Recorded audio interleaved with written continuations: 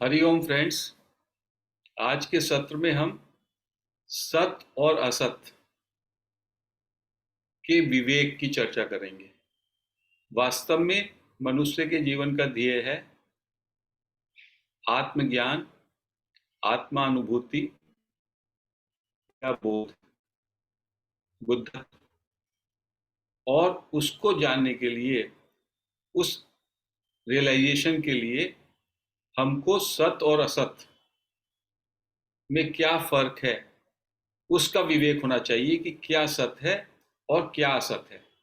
सारे का सारा जो ज्ञान है या जो रियलाइजेशन होगा वो इस विवेक के माध्यम से होगा। जब हमको ये समझ में आ जाएगा क्या असत है और क्या सत है, क्योंकि असत को सत्ता और महत्ता देने के कारण ही हम सत की सत्ता को नहीं समझ पाते। तो हमें ये जानना होगा क्या असत है, और जैसे ही ये पता चलेगा ये असत है और असत की सत्ता महत्ता वो खत्म हो जाएगी हमारे जीवन से, तो सत खुद ब खुद, सत की चमक उसका आपको बोध हो जाएगा, और वही होता है बोध। तो गीता में भी आया है, ना सतो विद्यते भावो, ना सतो विद्यते भावो, ना भावो विद्यते सतः। एक ये श्लोक आया है कि असत की तो भाव नहीं है, असत का तो सत्ता नहीं है, और सत का अभाव नहीं है। इस तरह उन्होंने कहा। असत का भाव नहीं है मतलब असत की कभी भी सत्ता है ही नहीं, हो ही नहीं सकती, और सत का कभी अभाव हो ही नहीं सकता। असत की जो हमें सत्ता या असत की जो महत्ता है वो प्रतीत होती है, वो होती नहीं। और सत का जो हमें अभाव दिखाई देता है वो होता नहीं, हमें प्रतीत होता है। क्यों? क्योंकि असत ने उसको ढक लिया है।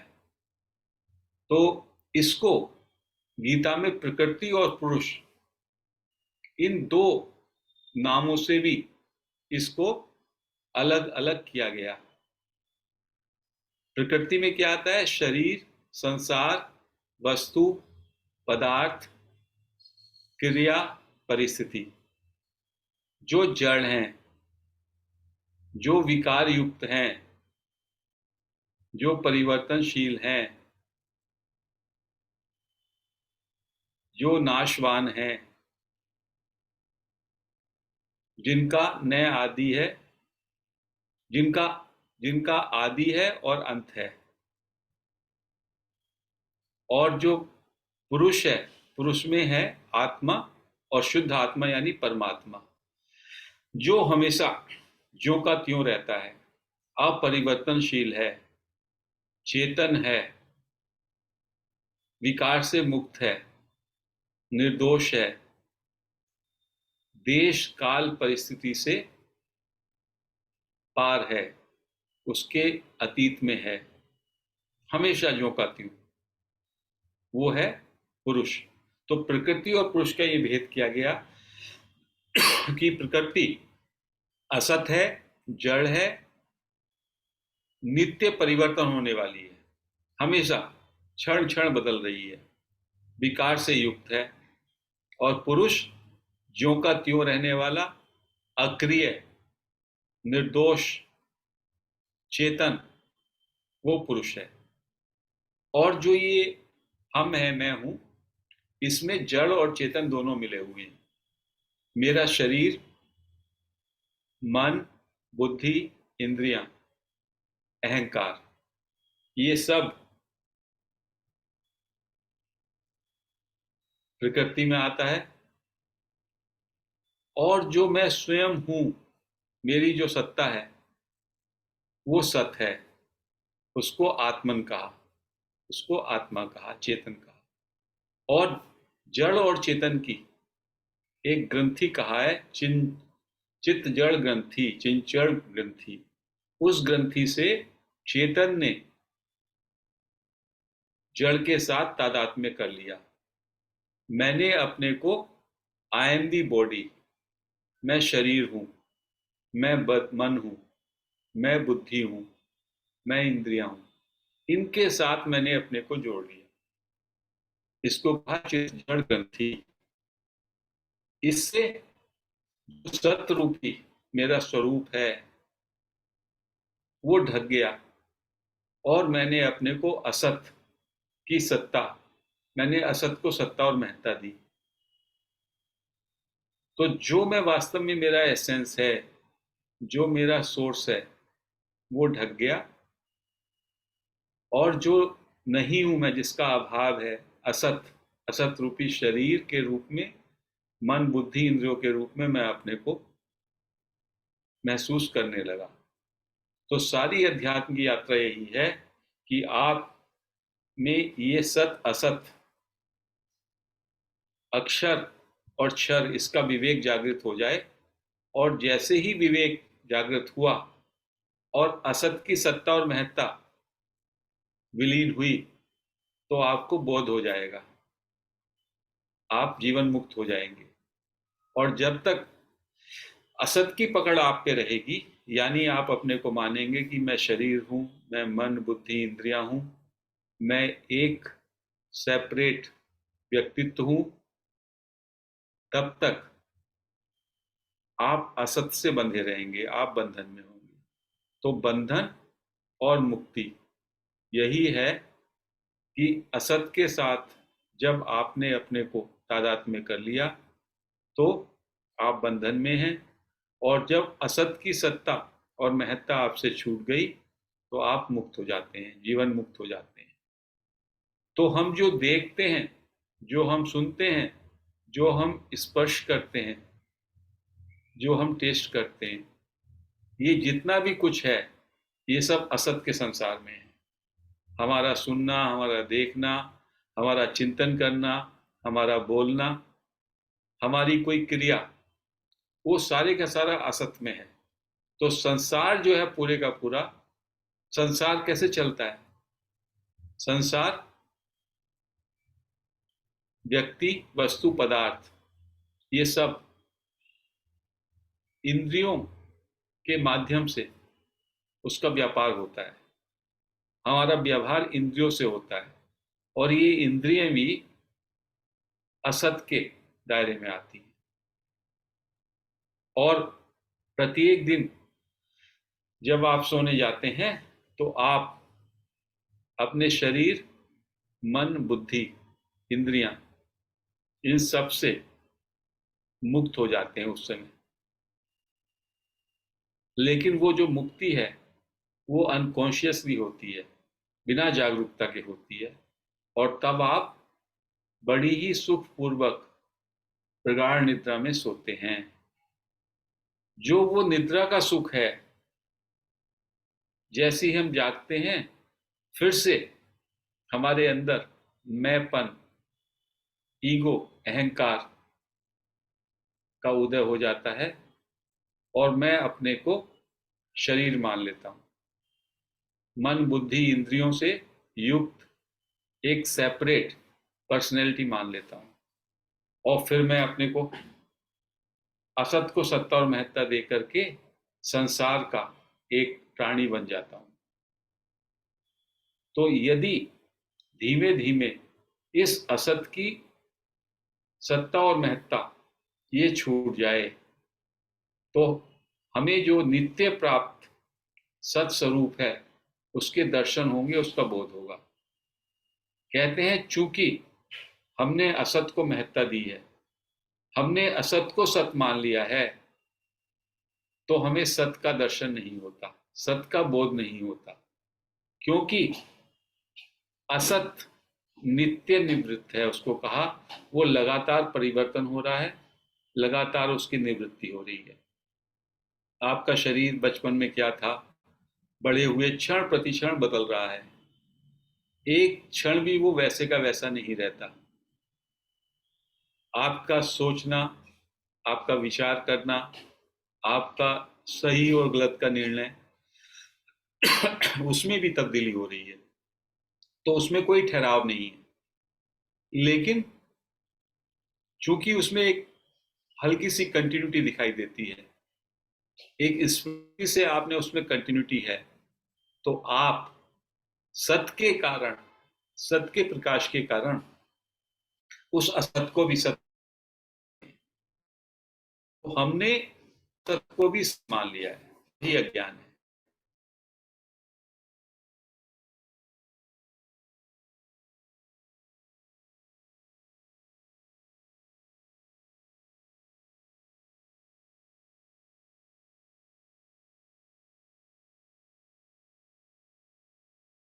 सारी की सारी पर्याय हो, मेरा शरीर बदला, मेरा मन बदला, मेरे विचार बदले, मेरा एज बदली, लेकिन उस सत अपरिवर्तनशील तत्व के कारण ही मैं इस परिवर्तनशील चीजों को देखते हुए भी असत की सत्ता को स्वीकार, अपने को वही मानता हूं। मैं अपने को वही तत्व मानता हूं। उस तत्व के कारण सब कुछ, तभी मुझे लगता है मैं तो वो वह का वही हूं। बचपन में मैं ऐसा था, बड़ा हुआ और बड़ा हुआ, मैंने ये किया, पद प्रतिष्ठा पाई, गृहस्थ जीवन किया, अभी मैं स्वाध्याय कर रहा हूं। तो जो ये मैं पन में एक जो कंटिन्यूटी, या जो लगता है ज्यों का त्यों, ये मेरी वॉइस में कुछ प्रॉब्लम आ रहा है क्या? इज माई,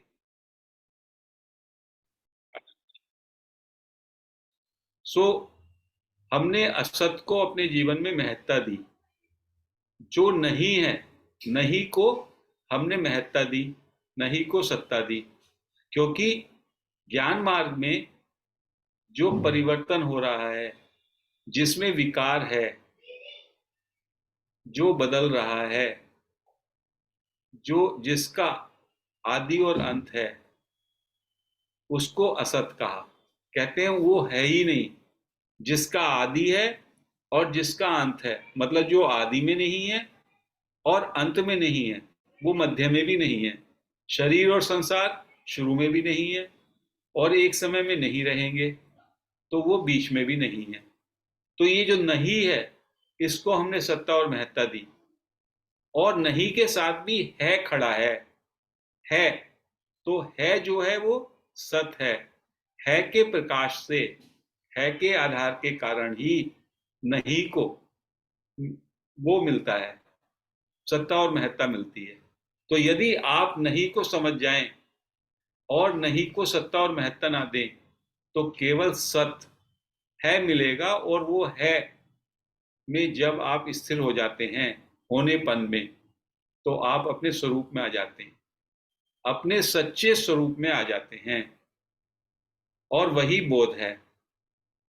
तो हम पूरे जीवन में क्या करते हैं? संतों ने कहा, हम किसी वस्तु, किसी परिस्थिति, किसी संबंध, किसी घटना से अनुकूलता की अपेक्षा करते हैं, और उससे हम सुख लेना चाहते हैं।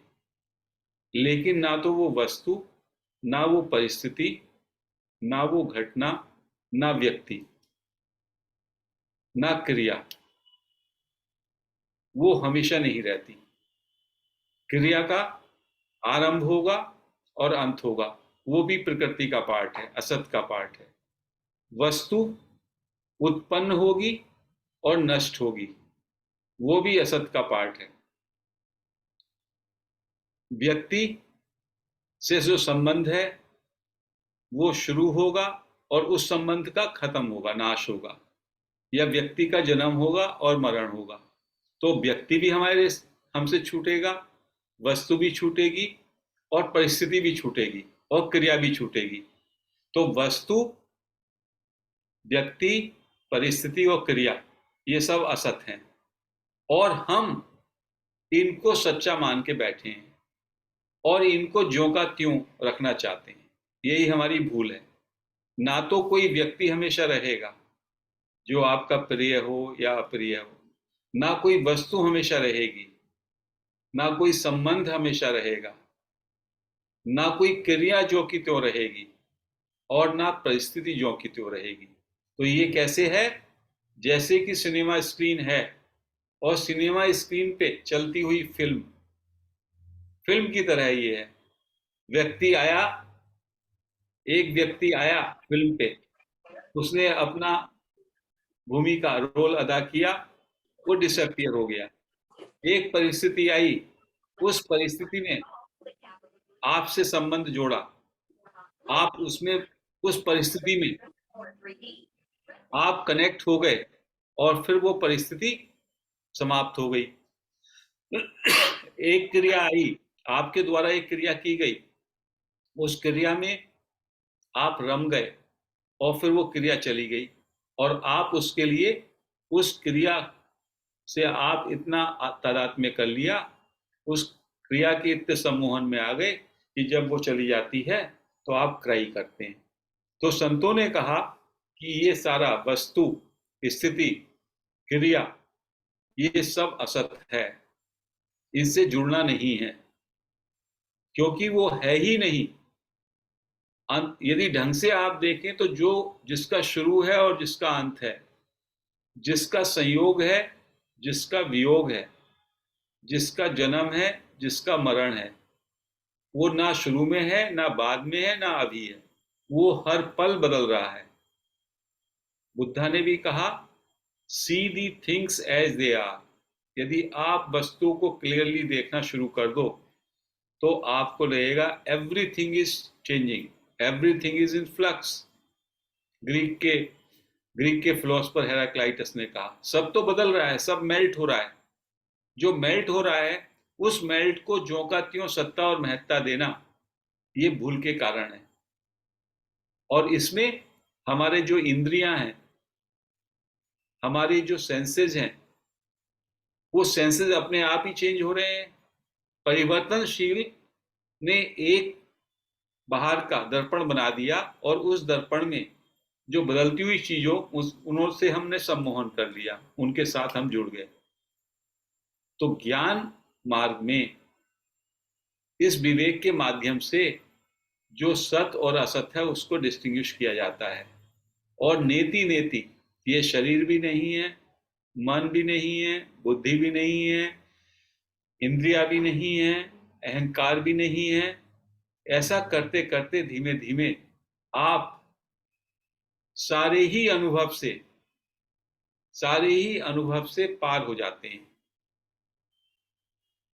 और जब कुछ नहीं बचता और टोटल एम्प्टीनेस आ जाती है, केवल अवेयरनेस बचती है, वही सत्स्वरूप है, और वही आपका स्वरूप है, जो अनादि काल से वैसे का वैसा ही रहता है। उसमें ना कोई क्रिया है, उसमें ना कोई दोष है, ना कोई विकार है, ना उत्पत्ति है, ना विनाश है, ना जन्म है, ना मरण है। ये सारे का सारा जितना भी व्यापार है, ये सब संसार और शरीर के साम्राज्य में आता है। तो जैसे जैसे हम इस चीज को समझ लेते हैं, और इतने इससे अपने को विड्रॉ कर लेते हैं, हु एम आई की टेक्निक से, या आई एम की टेक्निक से, और हमको है पन पे ठहरना आ जाता है, हम है पन पे ठहरें, तो नहीं से हमारा धीमे धीमे संबंध विच्छेद हो जाता है। असत से संबंध विच्छेद हुआ, तो जो आपका विवेक है वो मुक्ति में बदल जाता है, बोध में बदल जाता है। विवेक से बोध में बदलने का क्या तरीका है? कि जो नहीं है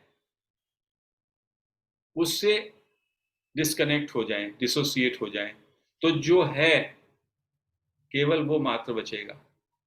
तो जितना भी कुछ दिखाई देता है, सुनाई देता है, चिंतन होता है, विचार के रूप में है, वो सब नहीं में है, जड़ में है, असत में। और जो उसको सुनने वाला है, देखने वाला है, स्पर्श करने वाला है, वो भी असत में है। लेकिन जिसमें ये सब होता है, जिसमें ये सब होता है, वो ही केवल एक सत है, वो ही केवल एक आधार है। तो हमारे स्वरूप में मैं रूपी ईगो का उदय होता है, सुबह को उठते हैं। फिर उससे हमारा सेपरेट व्यक्तित्व बनता है। मैं अपने को एक मन, बुद्धि, इंद्रियां और शरीर मान करके फिर संसार की सृष्टि का निर्माण होता है एवरी डे मॉर्निंग। ये सब असत का निर्माण है। और ये कहां से शुरू हुआ? इसका सोर्स है सत, एम्प्टीनेस, टोटल एम्प्टीनेस। और इसके लिए महर्षि रमन ने क्या कुंजी दी? आप अपने सोर्स को देखो। You go into the source of I. I कहां से उदय हो रहा है? From where this I? What is this I? I के कारण ही तो सब कुछ ये है, सारा संसार है। यदि आई एम नेस खत्म हो जाए तो संसार बचेगा ही नहीं। तो ज्ञान मार्ग में ये कहा। और जो भक्ति मार्ग है, भक्ति मार्ग में क्या कहा? भक्ति मार्ग में ये कहा कि ये जो प्रकृति है, जो ये संसार है, शरीर है, वस्तुएं हैं, सामग्री है, ये सब भगवान की शक्ति, भगवान की माया का पार्ट है। प्रकृति प्रकृति भगवान की एक शक्ति है। तो उसमें भी भगवान को देखो, उसको सबको भगवान की लीला मानो। तो रामकृष्ण परमहंस कहते हैं ये जो भी कुछ नजारा आप देखते हो, दृश्य देखते हो, ये सब को भगवान का ड्रामा मानो। और इसको देखते हुए सब जगह आपको भगवान ही नजर आने चाहिए। प्रभु की लीला, प्रभु की लीला, प्रभु मेरे, मैं प्रभु का, और ये सब प्रभु की लीला। तो प्रभु से प्रेम हो जाएगा, वो भक्ति हो जाएगी। ज्ञान में आएंगे तो आप पहले इस असत से डिसोशिएट कर लेंगे अपने को और सत स्वरूप में स्थिर होंगे। और सत स्वरूप में स्थिर होकर के आपको इस बात का बोध होगा कि ये असत रूपी संसार और शरीर भी सत से अलग नहीं है, ये सत पे ही खड़ा है। जैसे नदी का पानी, नदी का जो बेड होता है, बिस्तर, नदी का जो, नदी जिसपे बहती है, क्या उस आधार के बिना नदी बह सकती है? सो नदी जब हम कहते हैं तो नदी में उसका एक सत पार्ट आता है, अपरिवर्तनशील है उसका आधार, उसका बेड, उसको कहा रिवर बेड। और उसके ऊपर है असत रूपी बहता हुआ जल। सबको कह करके सबको समेकित रूप में हम नदी कहते हैं। सो जीवन में एक जीवन बह रहा है और एक जीवन जिसके आधार और जिसके प्रकाश में बह रहा है, वो है सत। और आपका स्वरूप है सत, जो नित्य वैसे का वैसा है, जो नित्य प्राप्त है। आपका स्वभाव, आपका स्वरूप आपको नित्य प्राप्त है। और संसार और शरीर की आपको प्रतीति हो रही है, वो नित्य निवृत्त है, उसको वो हमेशा जा रहा है, हमेशा छूट रहा है। लेकिन आप उसको प्रॉपरली देख नहीं पाते। यदि देखें तो आपको लगेगा ये तो कभी टिका हुआ है ही नहीं। और जो टिका हुआ नहीं है उससे आप कैसे कनेक्ट हो सकते हैं? आपका अपना शरीर ही आप देखिए, शरीर में ही कितने परिवर्तन आ गए। उसकी 10 समय की आपकी फोटो निकाल लें, बचपन की, 10 साल के थे, 25 साल के थे, और किसी के सामने रखते हैं उनको, वो कह पाएंगे कि ये एक ही व्यक्ति है? नहीं। तो जो हमारा अज्ञान है, अज्ञान के कारण हम शरीर और संसार रूपी असत को महत्ता और सत्ता देते हैं।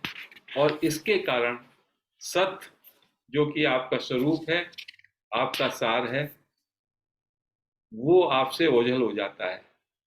और जब हमारे अंदर सत और असत का डिस्टिंक्ट करने का, उसको अलग अलग करने का विवेक जागृत होता है, तो अंत में असत से हमारा संबंध विच्छेद हो जाता है। असत की सत्ता और महत्ता का विलय हो जाता है और फिर हमें सत का बोध हो जाता है। उसी को कहते हैं बोध, उसी को कहते हैं जीवन मुक्ति। तो क्या करना है ज्ञान मार्ग में? इसके लिए कोई क्रिया करेंगे, क्रिया जड़ है, क्रिया से आप जो है असत में ही जा रहे हैं। कोई चिंतन करेंगे, वो भी क्रिया में जाएंगे, जड़ में जाएंगे। कोई एफर्ट्स करेंगे, वो भी जड़ में जाएंगे, असत में जाएंगे। तो संतों ने कहा क्या करना है? केवल अंदर बाहर से चुप हो जाओ, चुप हो जाओ, कुछ सोचो नहीं। सोचना जो है असत का है, कुछ करना नहीं, करना असत का है। ना कुछ करना है, ना कुछ सोचना है, और ना मैं शरीर हूं ऐसा मानना है। तो जब अंदर और बाहर से पूरी तरह से चुप हो जाओगे, स्थिर हो जाओगे, तब आपको हैपन में विश्राम मिलेगा। क्योंकि स्वरूप विश्राममय है, आपका स्वरूप शांतिमय है, आनंदमय है, क्रिया रहित है, निर्दोष है, निर्विकार है, हमेशा ज्यों का त्यों रहने वाला। तो यदि हम अपने स्वरूप को थोड़ा थोड़ा समझ सकें और असत को सत्ता और महत्ता ना दें, तो स्वतः ही आपको बोध होने लगेगा, आपका विवेक जागेगा और आपको बोध होने लगेगा।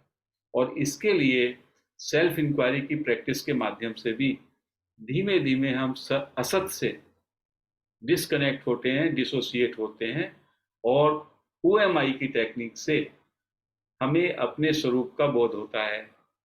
उसकी खोज करते हैं, आई क्या है। क्योंकि हम तो हमेशा अपने स्वरूप में रहते हैं, लेकिन अज्ञानवश उसका हमें बोध नहीं है। क्योंकि वो कोई नई चीज होती तो इसका मतलब वो शुरू में नहीं थी और बाद में नहीं रहेगी, तो वो सत स्वरूप ही नहीं है। और हमारा जो स्वरूप है वो सत है। तो वो सत जो का त्यों है, ढका हुआ है, आवरण है, क्योंकि हमने असत को, नहीं को हमने महत्ता दी और है को भूल गए। है पे जैसे ही हम लोग है पर विश्राम करेंगे, नहीं खुद छूट जाएगा, ऐसा संतों ने कहा। तो आज हम इस चर्चा को यहीं पे समाप्त करते हैं। हरिओम।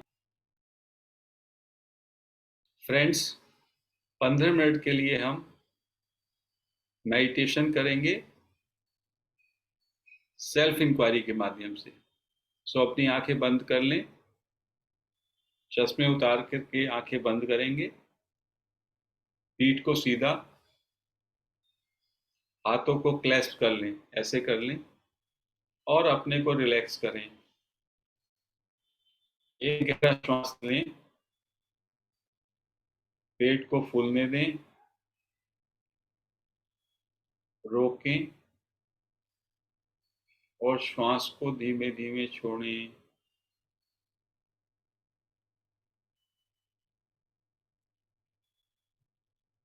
एक श्वास फिर से लें, पेट को फूलने दें,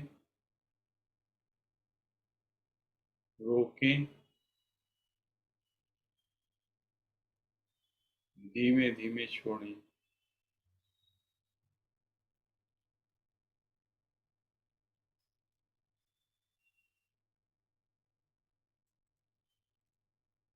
एक श्वास फिर से लें,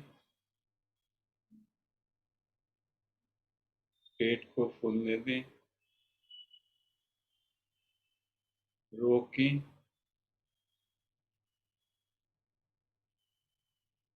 और धीमे धीमे छोड़ें।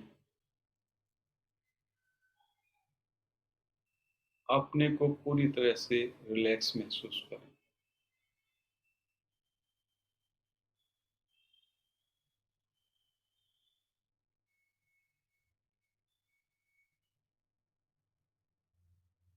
Let us express our deep gratitude, अपना कृतज्ञता का भाव रमन महर्षि, अन्य ऋषियों के लिए जिन्होंने हमको बोध के मार्ग पर चलने का प्रेरणा दी, उनकी प्रति कृतज्ञता के भाव से एक मन में धारणा लें, मैं और मेरा कुछ नहीं। 15 मिनट के लिए मैं मीन्स मेरा अहंकार, मेरा साधन सामग्री, वस्तु कुछ भी नहीं है। अपने को पूरा खाली करना, मैं और मेरा कुछ नहीं, मुझको कुछ नहीं चाहिए, दूसरा धारणा लें, मुझे अभी 15 मिनट तक कुछ भी नहीं चाहिए, मुझको कुछ क्रिया भी नहीं करनी, कुछ नहीं करना, मुझको कुछ नहीं सोचना। वी रिपीट अगेन, इस मन में इन सब धारणाओं को लेंगे। मैं और मेरा कुछ नहीं, मुझे कुछ नहीं चाहिए, मेरी चाहना नहीं, मुझे कुछ करना नहीं, मुझे कुछ सोचना नहीं। No thinking, no doing, no desiring, और मेरा कुछ नहीं। अंदर बाहर से पूरी तरह रिलैक्स होकर के विश्राम में आ जाएं, चुप हो जाएं। बी एब्सोल्युटली क्वाइट, सब कुछ भूल जाएं और केवल शांत भाव से वर्तमान क्षण में आ जाएं। Just be aware.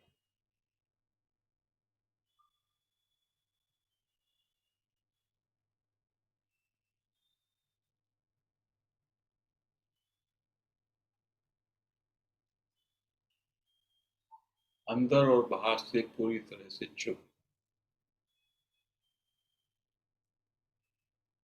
कुछ भी सोच विचार आए, उसको विचार आ नहीं रहा, ये सोचें वो जा रहा है। जाने वाले के विषय में सोचना क्या। No thinking, stop thinking and just be still.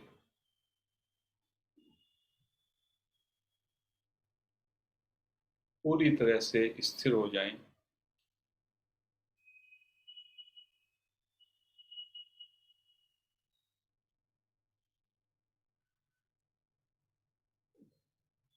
चुप, अंदर से उसको कहा चुप साधन, संतों ने कहा। बाहर से मौन नहीं, अंदर से मौन। विचार का परवाह ना करें, स्थिर हो जाएं।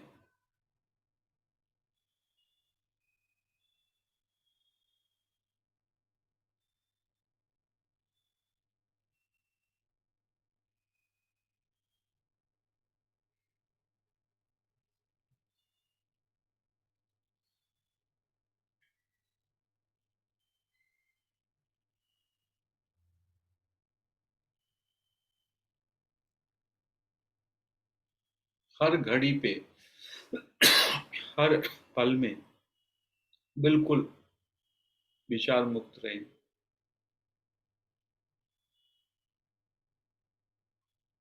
विश्राम का मतलब ही है मन बिल्कुल चुप हो जाए।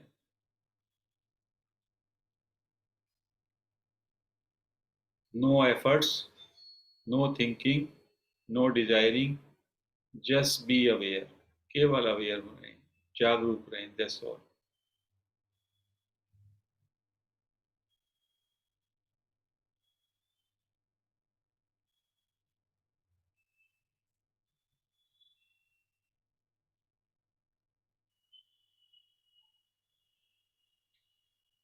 इस शांति में, इस चुप्पी में अपने से ये प्रश्न करें, हु एम आई, मैं कौन हूं।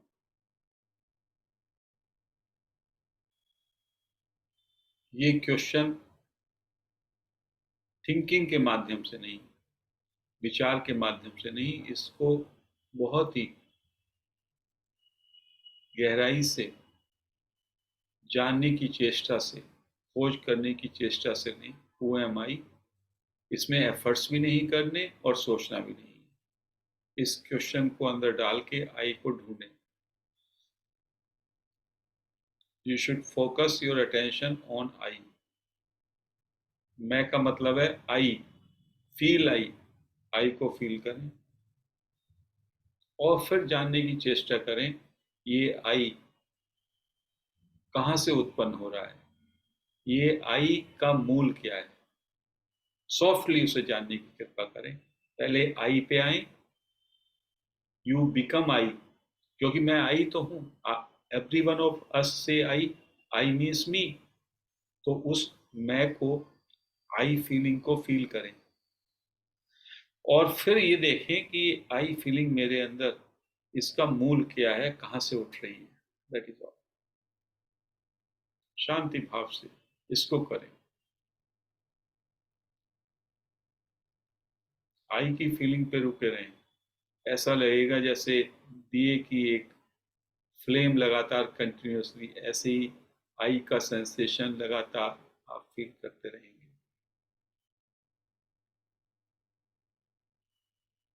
उसको कहते हैं होल्डिंग ऑन आई। आई को होल्ड करना और ये जानने की कोशिश, ये इसका मूल क्या है, ये कहाँ से उठ रहा है। Stay on I.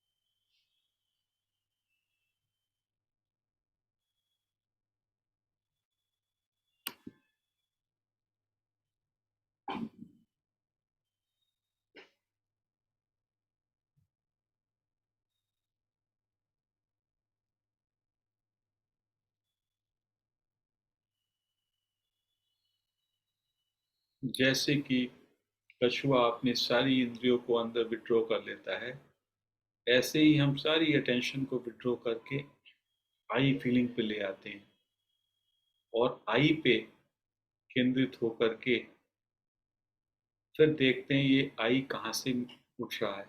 What is the source of this I. उसके लिए आपको आई पे बने रहना होता है। आई माने मैं स्वयं। मैंपन पे बना रहता है। When you stay on I और उसका सोर्स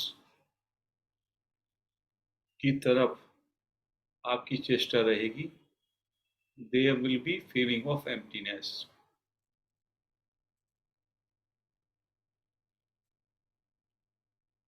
अनब्रोकन, निर्बाध गति से आई पे बने रहें। बीच में जिन लोगों को नहीं हो रहा वो आई आई भी कह सकते हैं।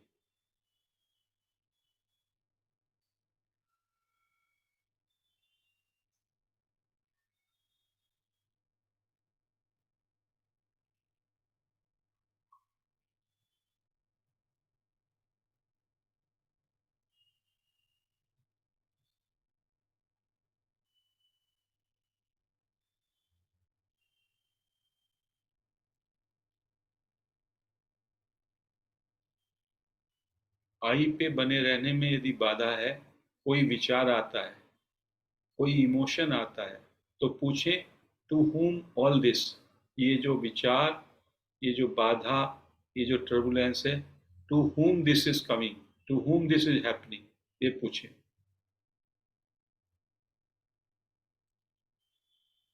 इसका रिप्लाई होगा this all is coming to me, this is all happening to me. मुझे हो रही है। और फिर से ये क्वेश्चन करें who am I and come back to आई।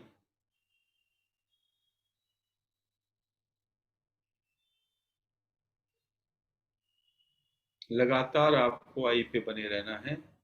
कोई विचार, इमोशन आपको डिस्ट्रैक्ट करे, पूछें all this disturbance thought to whom, reply will be to me, again to who am I, and stay at I.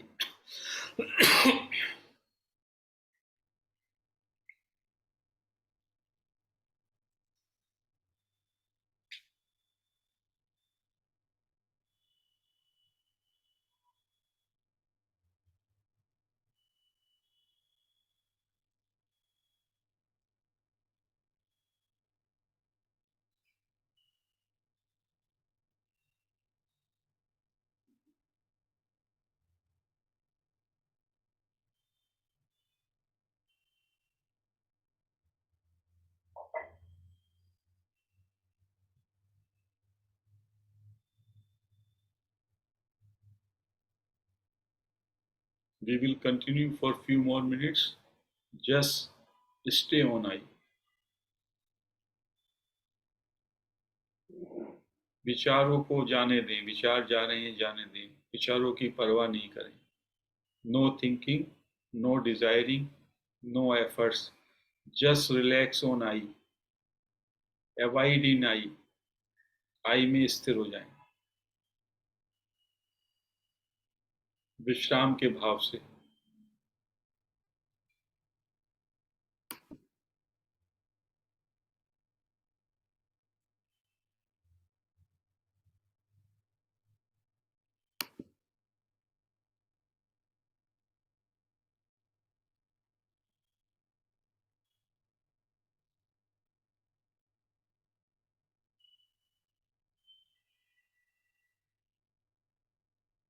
Once आप I feeling पे बने रहते हैं और जानने की चेष्टा करते हैं ये कहाँ से उठ रहा है, you will find it is arising from nowhere and its source is total emptiness, and that emptiness is your nature. इस मेरे इस आंसर से आप प्रभावित ना हो.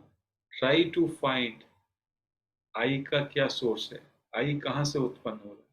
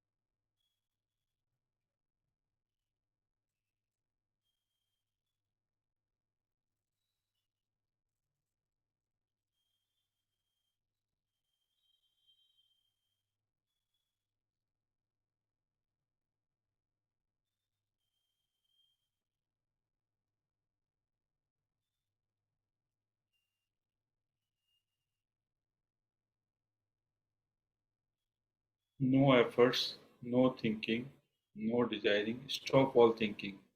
चुप होकर के बस केवल आई पे बने रहें. आई का मतलब है मैं स्वयं.